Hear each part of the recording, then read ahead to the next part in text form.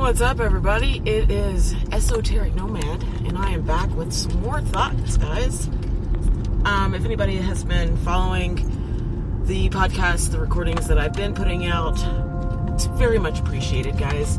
I know you could be doing anything else in the world, and so if you have taken the time out, it's just about 15 minutes out of your day to support a stranger, or maybe you know me, to support a friend. Much thanks. I really appreciate it. Like I said, I'm just doing as I've been guided, and yeah, sometimes, like I know in a previous podcast, I was talking about my definition of success. It's easy to sort of look around and be like, oh, well, I'm not getting this many likes or this many follows and blah, blah, blah, blah, therefore I'm not successful.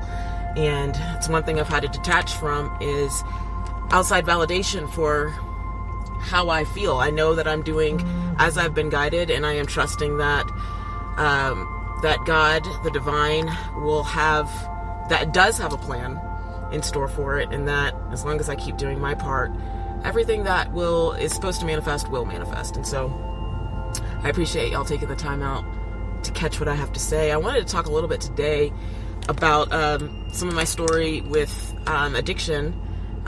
If you don't know, and I have never been one to be, well, let me not say I've never been one. There was a time when I was extremely shameful of it, and that's because I was still with all the fuckery. But not anymore. I just wanted to briefly talk today about some of my time in addiction and why I think personally for me and now, first of all, let me put the disclaimer out there. I am not saying don't go to NA. I am not saying, don't believe in a higher power. You do whatever works for you. If it is helping you in your quest and in your journey, then by all means continue. Like I said, I am just speaking from my experience and my experience only. I might touch on some things that I've seen around me, some of my personal relationships, but I'm just talking about me, myself, and I. And in that, I struggled because in Narcotics Anonymous, AA, in the big book, as they call it, they have a saying that is to say that you were powerless over your addiction. Now, I understand how this can be helpful for some. I do. It wasn't particularly helpful for me because then I ended up sort of just using that as an excuse to continue using. And like I said, I am aware that there's two sides to this coin and probably some other angles I haven't even heard of. But for me in particular, saying I was powerless over my addiction was the last thing I needed to hear. That's not what I needed to hear at all. I took that and I ran with it and was like, oh, well, I'm powerless. I have no control. It's a sickness. I can't do anything. And like I said, I'm not here to discredit or shame anyone else. If these are some of the things that you've been told and you believe, I am just speaking for myself. Okay. That didn't work for me. And I know that if it didn't work for me, that there's going to be some other people that it doesn't resonate with. Because I was already using excuses to use. Like, I was always accountable for my actions. It was never anybody else's fault. Now, I did contribute other people to, making me feel some type of way. But I was never like, oh, well, if so-and-so would just do this, then I would stop using. No, it was never like that. I did always take accountability, but I was still blaming outside things, even while taking accountability. But to say that I was powerless was not helpful for me. What helped me and what started to help me was actually the opposite of that, which was to claim control over it. Now, I know, I'm not sure if I've spoken in a podcast about control or our illusion of having control, but it's two sides to it, at least that I've seen. Like I said, I'm sure there's other sides, but I have definitely observed two sides. We do have control and we don't have control. I believe that we only have control over ourselves. And fortunately, when it comes to addiction, it was my addiction, so I had control over that, is what I believe.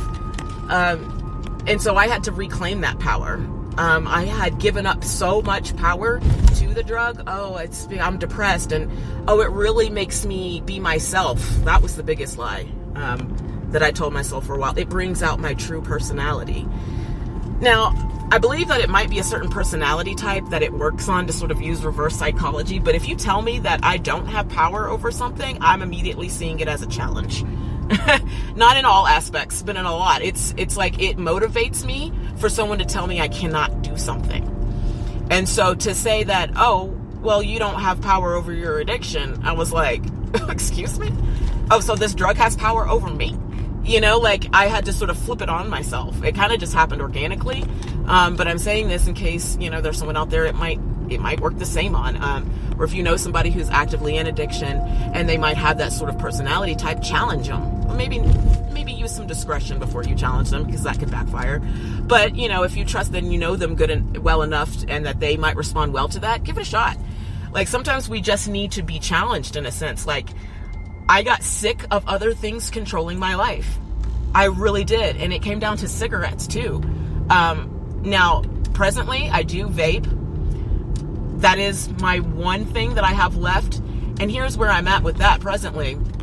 I don't feel like it has control over me, because I will go a majority of it, if not all of the day while I'm at work, not even touching it. It's here and there at times. Do I feel like I have to have it? No. Do I want it? Yes. So I'm not going to sit here and, like, first of all, like I said before, I believe that we're all hypocritical at some point, because it's human nature. And it's funny to me how people look, or some people will hear the term hypocrite and think something negative, like, oh, well, they're just a hypocrite. We all are. We're all hypocrites at some point. Like, you can tell somebody, oh, you should be doing this, you know, but in another area, we can't do it in our own lives. That's just the duality of our human nature. We can't, I feel like it's impossible. Personally, that's just my perspective of that. And the thing with, like, going with the stream of consciousness when I feel like I'm being guided is oftentimes I'm derailed and my guides will have me, like, jump to a completely other topic. So I'm just, like I said, I'm just going to follow what I'm being told. But specifically, I would say that it helped for me to challenge myself. I don't like other things having power over me. And that comes down to my emotions as well. I used to be an extremely reactive person. Now, I was very introverted at one point and very shy and very timid and sort of shied away from confrontation, very non-confrontational. I would sort of do every and anything I could think of to avoid having what I felt was encountering a confrontation with someone. There goes my train of thought again. It's fine. Yes. But I had to have control over my emotions. I was very angry, and as I put out more podcasts, you know, you guys will hear about some of my childhood and some of that stuff. And I'm not solely attributing my childhood to all of the anger that I experienced, but a good portion of it was due to that and due to me repressing it. Not even the fact that I was angry, but just the fact that I did not have an outlet to express it. That was my issue. And so as an adult, I tended to be very reactive, specifically with anger. Everything else, I was like a meek little church mouse, like, I'm just going to shy away. But when it came to being angry, I let loose, and it felt good. You know, and it probably felt good, at least the conclusion I've come to, is because I had it stored up for years and years and years and years. It was the one emotion I was not allowed to express for a majority of my life, and so of course it felt liberating to get that out. But I was doing it in unhealthy ways at the wrong time. You know, I was getting my training wheels off, and it was messy. And so, like I said, my anger controlled me. It did. I believe now that I control my anger. Now, I do not control the fact that I get irritated. Like, that still pops up. And I feel like this is where a lot of us might sort of be overly critical of ourselves. I know this is where I was, like, condemning ourselves. Oh, well, you still had the emotion. You still got angry. Okay, I might have gotten angry, but like I said in a previous podcast, I believe, if we are doing anything differently than we once did at a particular time in our lives, like if we are performing better in any sense, if there has been any amount of growth, no matter how small, it does not matter how small it was, if we have grown at all, that is worth acknowledging, and we should acknowledge it, and I feel like we need to acknowledge it, because if we don't, we kind of run the risk of getting in the habit of dismissing these very important steps, and it helps to acknowledge it. It helps to become comfortable with giving yourself credit. You know, a lot of times society will tell us, like, oh, well, don't be too full of yourself, don't be you feeling yourself, ain't you, and like kind of look down on it.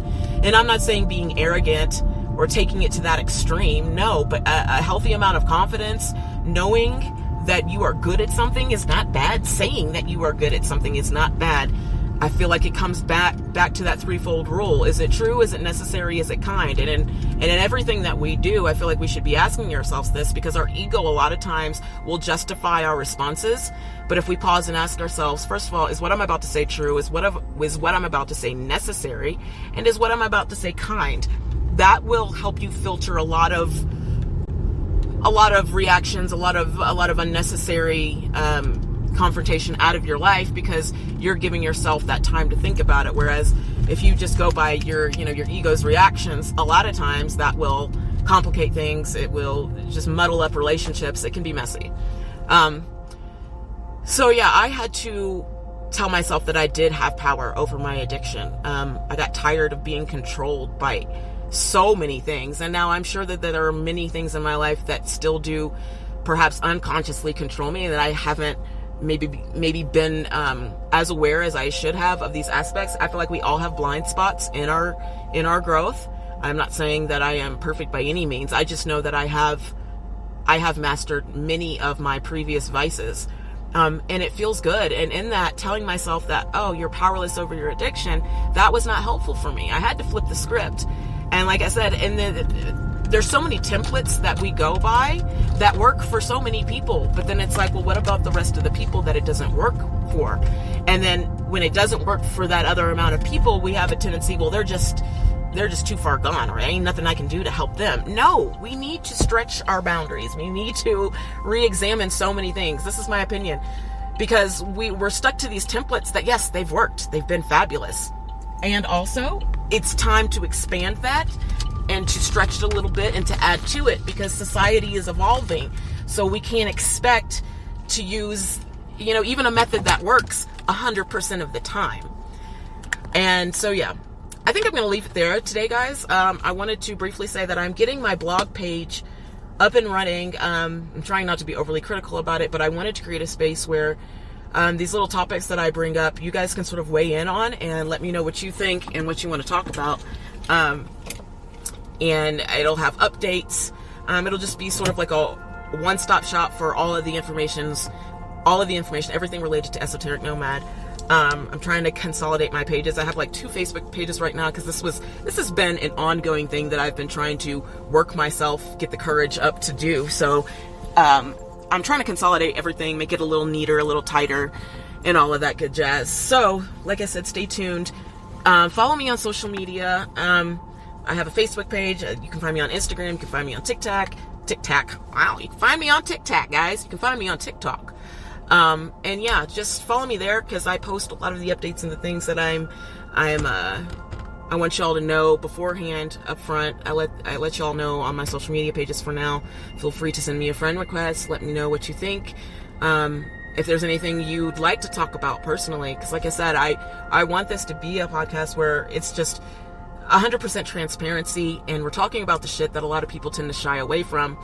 And it's, I believe, a safe space. Now, I cannot tell you I am a safe space if I do not know what is safe for you, but I do know that there's no judgment here, that there's no topic I will not talk about. And yeah, this just, I have a lot of compassion for us as souls having this human experience. So in that sense, this is a safe space to voice your opinion. Respectfully, of course, because I'm not in the business of being an asshole at all. But yeah, stay tuned, guys. I hope everyone is keeping their vibes high, and stay safe out there in these cosmic streets. Namaste.